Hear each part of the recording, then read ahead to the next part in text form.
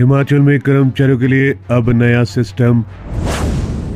अनुबंध नियुक्ति का अलग होगा सिस्टम। कॉन्ट्रैक्ट में होंगे कुछ बदलाव।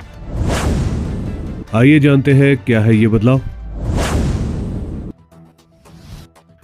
हिमाचल में अब अनुबंध पर नए एम्प्लॉयज एक्ट ने नियमों से हटा दिया है कॉन्ट्रैक्ट प्रावधान। स्कूल प्रवक्ता नियुक्ति के बाद सामने आई तकनीकी चूक। हिमाचल में अब अनुबंध पर सरकारी विभागों में नियुक्तियां होंगी या नहीं, इस पर पहले राज्य सरकार को फैसला लेना होगा। सरकारी कर्मचारियों की भर्ती और सेवा शर्त अधिनियम 2024 के कारण ऐसा करना पड़ रहा है। ये चूक कार्मिक विभाग को शिक्षा विभाग में स्कूल प्रवक्ताओं के कमीशन से हुई नई नियुक्ति के बाद पता चली है। ये नियुक्ति कुछ महीने पहले हुई है, जबकि राज्य सरकार ने 20 फरवरी से नए एक्ट को लागू कर दिया है। इस एक्ट में राज्य सरकार ने सरकारी विभागों में संविदा आधार पर यानी कि कॉन्ट्रैक्ट अपॉइंटमेंट को निरस्त कर दिया है। इस एक्ट की धारा 8 में कहा गया है कि भर्ती नियमों में कॉन्ट्रैक्ट के लिए जोड़े गए स्तंभ 10 को संशोधित कर संविदा आधार पर नियुक्त प्रक्रिया को नियमितीकरण द्वारा शब्दों से रिप्लेस किया जा रहा है।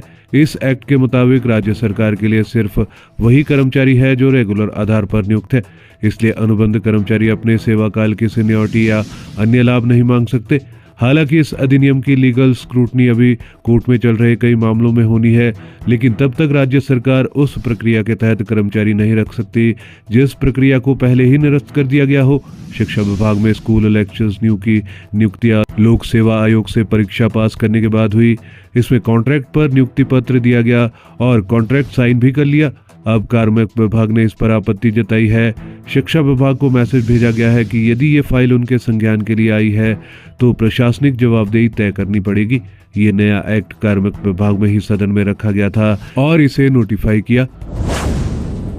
अब इसी विभाग के ऊपर जिम्मेदारी है कि यदि कॉन्ट्रैक्ट पर नियुक्ति नहीं करनी है तो नियुक्ति देने की प्रक्रिया क्या होगी।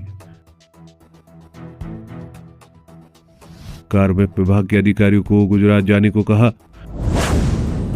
राज्य सरकार ने कार्मिक विभाग के अधिकारियों को गुजरात का दौरा करने के लिए भी कहा था ताकि वहां की फिक्स्ड सैलरी पॉलिसी का अध्ययन किया जा सके। यदि वर्तमान में जारी प्रक्रिया को ही आगे चलाए रखना है तो भी कार्मिक विभाग के माध्यम से इस बारे में दिशा निर्देश जारी किया जाना जरूरी है। इसके लिए कर्मचारियों के साथ होने वाले एग्रीमेंट के प्रावधानों को भी बदलना होगा।